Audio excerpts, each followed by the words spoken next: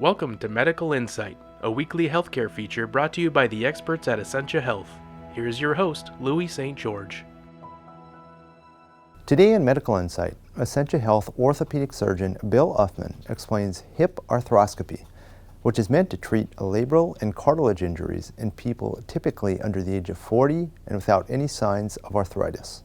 With a hip arthroscopy, we're able to get in the joint, look around, kind of assess the level of damage, fix a labral tear. Sometimes we have to reconstruct the labrum because it is very damaged and not fixable.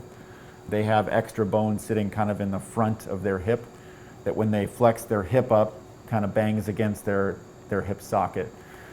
Those people are at a much higher predisposition to develop hip arthritis later on in life.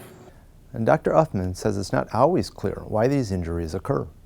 They could be the result of a very active lifestyle as youngsters. Regardless, they are painful. But sometimes it gets to the point where you can't sit, long car rides, you can't put your shoes and socks on, or you can't walk without pain. And that's kind of when